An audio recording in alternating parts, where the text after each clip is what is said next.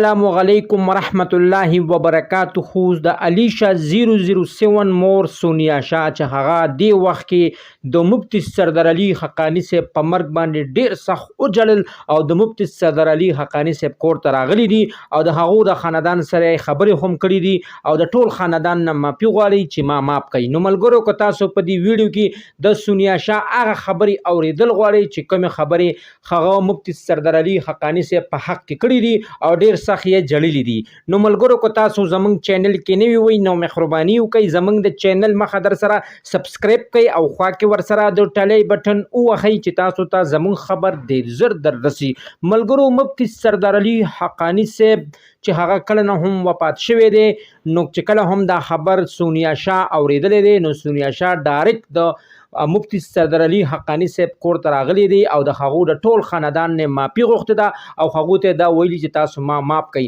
ځکه چې د دنیا په سر باندې د عمده غیږ کې مفتی سردار علي حقانی صاحب چې ده به سپینه وینا کوله چې چا کې به څه غلطي وه هغه ته به مخامخ ویلي چې وروره تا کې دا غلطي ده او دا غلطي ته د ځان نه وباسه. نو ملګرو اوس سونیا شاه د مفتی سردار علي حقانی صاحب ښځې ته وجړل او ورته چې ما معاف کړئ ځکه چې زما نه غټه غلطي شوې ده ځکه چې مخکې به زه لایو ویډیو راتلم او ما به مفتی سردار علي حقانی صاحب ته کنځلې کولې او د هغه خلاف به ما خبرې هم کولې خو چې کله ما هم د هغه دومره غټه جنازه ولیدله ځکه چې د هغه په جنازه کې